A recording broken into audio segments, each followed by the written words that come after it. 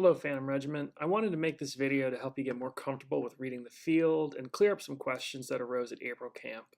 I know we all come from different programs and different systems for reading the field and performing drill, but I'm hoping that this will get us all on the same page. We use a primarily dot-based system, meaning that every performer is responsible for knowing their charted coordinates for every page of the show. Just like you have to memorize your music with all of its nuances and definitions, you'll also have to memorize your coordinates. That's how we build consistency in performing drill and will make cleaning a lot easier down the road. If you click on your performer label in UDB, it tells you your coordinate for that page. Here's an example. If I tap M3, the app tells me that my coordinates for page 1 are 3 steps outside the right 35-yard line and 14 steps in front of the front hash. The easiest way to set your dot is to find your left to right coordinate first. This example, I'd start by finding the right 35-yard line. In UDB, left and right refer to the sides of the field. You might have heard them referred to as side 1 and side 2, but just remember that left and right refers to the audience perspective, not your perspective as a performer on the field. And that does not change if you adjust your UDB settings to performer perspective. So I start by going to the right 35-yard line or side 2. Outside means the dot is going to be away from the 50 or toward the end zones. If it said inside, then I'd be moving towards the 50. The most reliable way to find the right interval for your left to right is to use the yard gax at the front of the field, and some fields will also have these on the hash as well. Each yard gax is exactly 1.6 steps apart. That means that the second yard gack outside the 35 would be 3.2 steps outside. So I should be 0.2 steps, which is 4.5 inches, closer to the yard line from the gack. I'm going to post a handy cheat sheet on the visual page soon that will help you quickly find left to rights, but this is the general process. Next, I need to find my front to back, 14 steps in front of the front hash, meaning towards the front sideline. When we learn and rehearse drill, our field lining crews are going to paint tape and what are called ticks on every yard line spaced 4 steps apart. So to find 14 steps, I find the third and fourth pieces of tape in front of the front hash, which are 12 and 16 steps in front respectively. If I stand halfway between these two pieces of tape, I'm at 14 steps. And that's my dot for page 1. So now let's talk about the back hash. Unfortunately, the college football field is not a perfect grid. If you start at the front sideline and mark 4-step ticks, the front hash is exactly 32 steps behind the sideline and would be on a taped tick. However, the back hash does not fall evenly on a tick.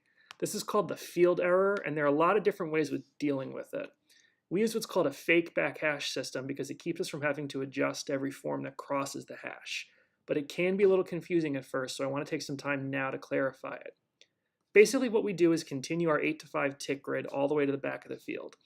The yard tick that is closest to the back hash on the field becomes the back hash for our purposes. This is the tick that is 20 steps behind the front hash. The visual staff will refer to this tick as the taped back hash or our back hash. This is what you should use to find any front-to-back dot whose reference point is the back hash mark. The back hash on the field, which we'll call the field hash or the football hash, is 30 inches behind the taped back hash or about 1 1/3 steps. It's important that you know how the field back hash relates to the fake hash, since the field back hash is what you'll have for reference at performances. But please do not confuse the two when setting drill or finding coordinates. So let's take a look at how this works in UDB. First, make sure your app hash settings are configured correctly. Go to your settings and click on hashes. You need to have the NCAA front hash, parentheses def, and the adjusted NCAA back hash def selected. Now if you have an Android phone, we discovered at camp that your hash marks might be called different things. I think I called them hash 0 and hash 1 or hash 1 and hash 2, but if you select those, it should give you the same results. You know you have the correct hashes selected if when you go back to the drill charts, you should see 32 steps or 8 boxes from the sidelines to the hashes and 20 steps or 5 boxes between the hashes. You'll notice that there's also another option for NCAA back hash true. This is the field hash that I mentioned before. And just for fun, I'm going to turn that on. If I go to the drill, I now have 2 back hashes. This one in front is the taped hash that's perfectly on the grid. And the back one is the one on the football field. If it helps you to see how your drill relates to the field hash, you can toggle that on, but know that if the Viz staff talks to you about the back hash, we're probably going to be talking about the taped one. So back to the drill. If I tap on Performer M1, it tells me my front to back is one step in front of the adjusted NCAA back hash.